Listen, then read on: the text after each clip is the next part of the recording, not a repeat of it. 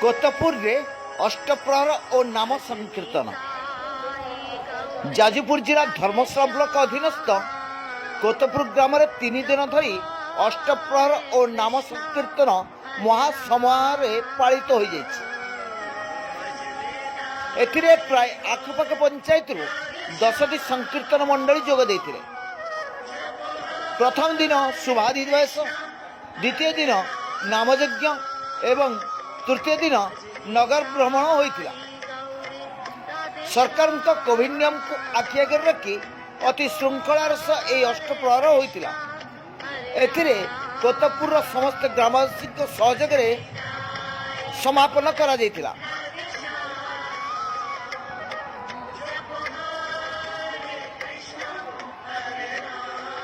सर्वशेष एक नैश्यभोजी ग्रामवासी द्वारा आयोजन करी भक्त मान मध्य बांटी थे।